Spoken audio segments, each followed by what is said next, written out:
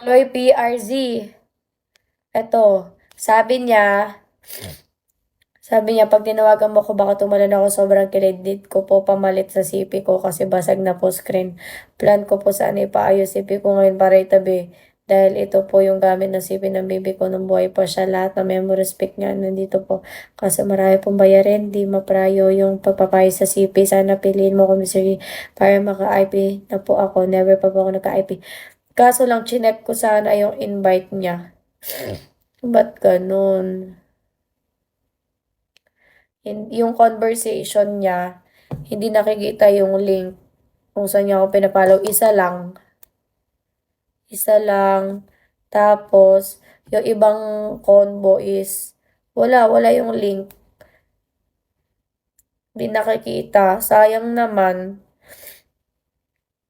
So, may kulang sa'yo, kuya. Sayang. Next.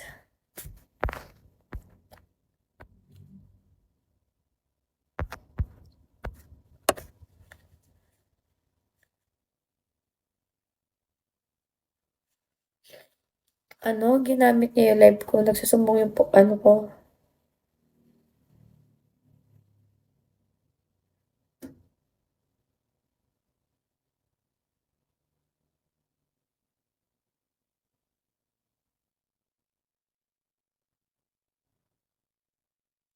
Guys, meron pong kasabayan na naka-live ngayon. Ayan, no? May kasabay na akong poster na naka-live. Napakakapal ng mukha mo. Nag-visit ako sa'yo. Tangina. Visit ako sa mga poster na to.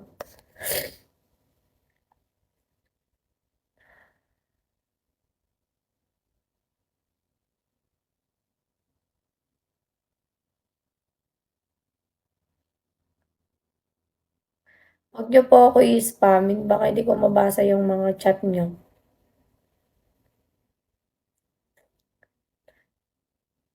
Nagbabasa pa din po ako. Kaso lang, paano ko naman yan mababasa, oh. Puro ganyan lang. Asan na yung mechanics, hindi ko maano. Mabagal lang ang internet natin, nag-i-spam pa kayo. Comment kayo kung sino yung yung mga nag-i-spam, hindi natin pipiliin kasi hindi sila nagko-comment sa miss. Sabi ko comment, 'di ba? Sa comment ako pipili. Sige.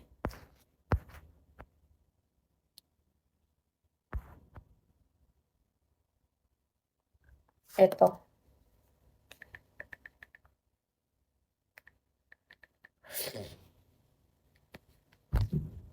Oh gosh, I'm so cold. I'm so cold. I'm so cold. I'm so cold. Hinaan ko yung ano kasi baka mamaya may audio yung mga ano niya.